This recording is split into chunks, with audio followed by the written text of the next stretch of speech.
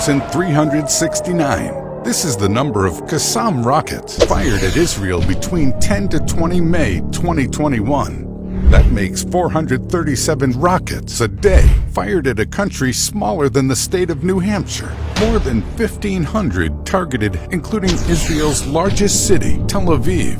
Between August 5th and 8th of 2022, another hail of 1,100 Qassam rockets were fired at Israel. This time, almost 400 rockets a day. Israel used its own shield, the Iron Dome, at a cost of $50 million per battery and $40,000 to $50,000 per missile. This system is one of the best air defenses in the world.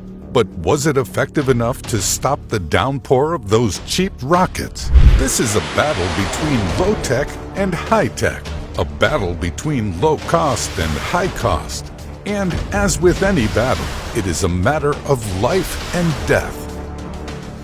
Welcome to Combat Tech.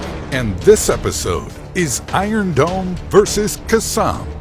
Since the 2005 Gaza disengagement, rockets have been a favored method of attacking Israeli civilians. The Qassam rockets are locally produced, the main component being the body, which is a length of steel or aluminum piping with fins welded onto it. This is filled with rocket fuel, made by mixing fertilizer with melted sugar. The rocket is fitted with a warhead of homemade explosive and the detonator added. A Qassam rocket has no guidance system and is fired from a simple metal frame, also homemade.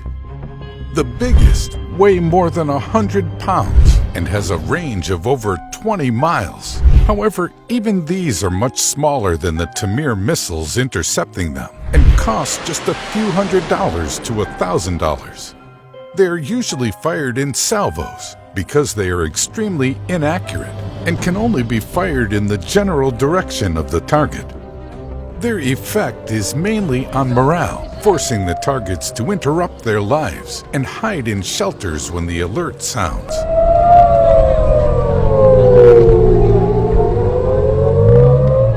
Also, Israel is relatively small, and the great majority of its population is centered across the coastline. In such circumstances, missiles and rockets are not merely weapons with a psychological effect, but rather an effective tool for causing real physical harm. The Iron Dome platform is an air and missile defense platform developed by Israel's Rafael and commissioned by the government. It is a dual-mission system that provides an effective defense solution against rockets, artillery, and mortars, as well as aircraft, helicopters, unmanned aerial vehicles, and PGMs. Iron Dome batteries can detect and intercept rockets and artillery shells headed for population centers within a 43.4-mile range, using a detection system to determine if the trajectory of an enemy rocket poses a threat. They launched Tamir missiles to intercept targets, and each battery can hold 20 missiles at a time. Each battery is estimated to cost as much as $50 million, plus maintenance and manpower costs. Many estimates for the cost of Tamir interceptors are around $40,000 to $50,000, but an American Army missile budget listed each unit at around $163,000. This system is widely regarded as one of the best in the world. Estimating the scorecard is difficult, especially when not all of the figures are available. Despite over 4,360 projectiles fired at Israel, Iron Dome maintained its 90% interception rate. However, the system has a high but unknown saturation point, the maximum number of rockets it can deal with at one time. If this number is exceeded, the excess rockets will get through, and it is not a cheap system at all. Usually a single Tamir missile is launched per interception, but multiple Tamirs are launched for each interception to kill heavier rockets. This means an interception could cost more than the price of a single Tamir missile, which is already a very expensive countermeasure for a low-cost homemade projectile.